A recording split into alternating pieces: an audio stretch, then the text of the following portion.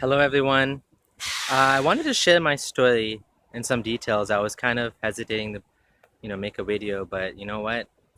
I thought maybe I should do that because few people thought maybe, maybe I'm not a real person. Some people thought there was some Jewish conspiracy going on, and all sorts of ideas out there. So I wanted to make a video to show that I'm a real person. I was born I was born into an Ismaili family. My dad is Ismaili, my mom was Sunni, and I was raised an Ismaili. And around the age of maybe 18 or so in high school, I found Islam. Some of my friends invited me to read the Quran, and I started reading it. I started praying, what was called namaz or salah. And I got really excited. I found the Quran, and I got really excited about it. I really liked it. And I said, hey, this is God's message to me.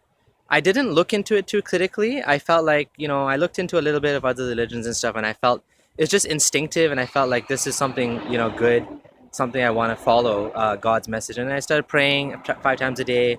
And, eventually I took a deep dive into Islam. I started following it with all my heart and mind. Within like a few years after that, I studied university, and then I got married, and then, what else? And then I started working. So when I was working, I tried my best to implement Islam. I would pray even at the office. I would find a stairwell. I would go and pray wherever I could, and I would get, if we had a prayer room, I would invite other people to come pray with me. And even in university, in the middle of exams, I would stop to pray. I would ask them, can I please get up? I need to say my prayers for Maghrib especially. And yeah, I was following it to the best of my ability, to be honest. I sincerely believed in Islam. I used to give out some DVDs. I made some DVDs of my own with some Islamic videos. I used to go from mosque to mosque, videotaping lectures and at conferences, and I wanted to promote it because I felt truly in my heart this was the true religion. I wanted people to go to Jannah. I wanted Allah to be pleased with me, and I wanted to follow the Prophet. And so that's what I did. I created a website, lightuponlight.com, and eventually another one, versebyversequran.com, to promote Islam because I believed in it. And there's still a bunch of videos on there if you go and see of that I videotape myself, some of the lectures, and some of the other ones I got permission from others to put online. So that's what I was doing. And when I started working, I would avoid jobs that were involved with riba, anything to do with the bank. I wouldn't work for any banks whatsoever. I wouldn't work in the media industry like television or music. Personally, I would avoid listening to. I wouldn't listen to music. I wouldn't let my kids listen to music. I even put my kids in Islamic school, for as much as I could afford it, even though it was expensive here in Canada. But I mean, that's what you do, right? If you're a Muslim and you truly believe in it in all your heart, as well. I used to rent. I didn't have a mortgage because I believed in it. Now, you know, there came a point in my life where I started having a little bit of doubt here and there, small doubts, and eventually, I was at 2 years ago.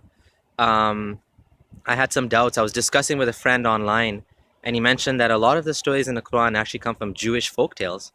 And I was very surprised about that, like Jewish folk tales. I said, no, no, no. You mean it came from the Bible or the Hebrew Torah?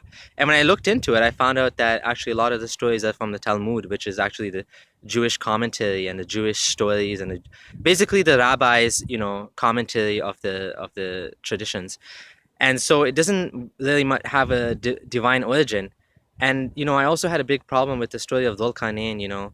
This tribe of how Dhul Qarnayn, he trapped this tribe of people, Yajuj and Majuj, Gog and Magog, behind a giant gate built of copper and iron. And I was wondering, where is this place? How come we can't find it? We have Google Earth and all that, and how come we can't find it? So that was another doubt. And I believe, left Islam for one day. But then I decided, you know what? I'm gonna put my doubts aside. I'm Muslim. I want to go to Jannah. I want to believe in Allah. And I became Muslim for one more year. And then last year, so 1 year ago, is when when I truly left Islam for good. I was in Ramadan, and I was at a pre-iftar halaqah, and the sheikh was saying, Allah holds up the sky without any pillars. And this brought back all my doubts about, if the Quran is truly from God, the creator of the universe, the one that knows all things, why is he describing the world in a way that, was the 7th century understanding of the world? Like, the sky doesn't have, okay, we know the sky doesn't have any pillars that you can see, but there's no need for pillars. Like, we're just a ball in space. Sky is just, it's just emptiness. It's just emptiness of space. So there's no there's no need for any pillars, visible or invisible. And there's many things like that, like the orbit of the sun and the moon. Why Allah describes an orbit of the sun and the moon? Like, we know the orbit of the moon is around the earth. That makes sense. But the orbit of the sun, like, what orbit would that be? I looked into this and I found, well, there is an orbit. It's a 300 million year orbit of the sun around the Milky Way galaxy, which has nothing to do with humanity whatsoever, because it's completely useless. But of course, at that time, the Muslims would have thought that this orbit is an orbit of the sun around the earth. And even in Sahih Hadith, Prophet Muhammad, he asked his companions, do you know where the sun goes when at the time of Maghrib? And they said, Allah knows best and his messenger knows best. And he said, it goes beneath the throne of Allah. Now we know the sun is actually still there, and it's actually the earth that's going around the sun. So this one and many other things, they didn't add up to me, that why the creator of the universe is making these mistakes, or describing it in a way that doesn't make any sense today, now based on the new information. And it made me wonder, is it truly Allah the creator, or is it just coming from a man that lived in the 7th century, that believed these things and was basically writing them as he went?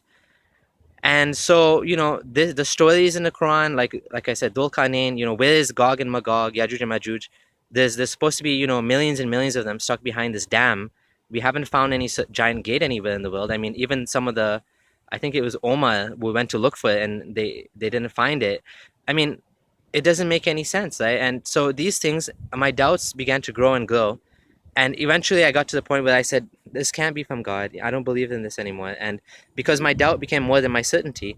And when I started to look into each one of the claims that of in the Quran, that the Quran is actually from God, like embryology and the mountains and all of these things, including the language, I found they just fell down flat. Like, for example, you know, embryology, all you have to do is look into these things in detail to see how people misrepresent the Quran to be a scientific thing, when actually it's not.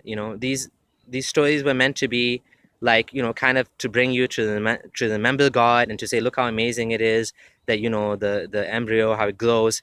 It wasn't meant to be, scientifically accurate. And when you look into it, you find it's actually, the idea is flawed.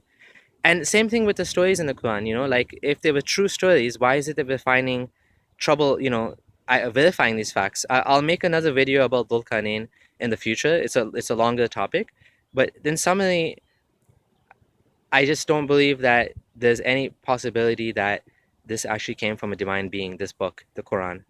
And when you look into it, you find many things that don't add up. And this is why I had to eventually leave Islam, despite all the investment I put into it, emotional investment, and my personality, my friends, everything was Islam to me. So this was a huge loss, losing God.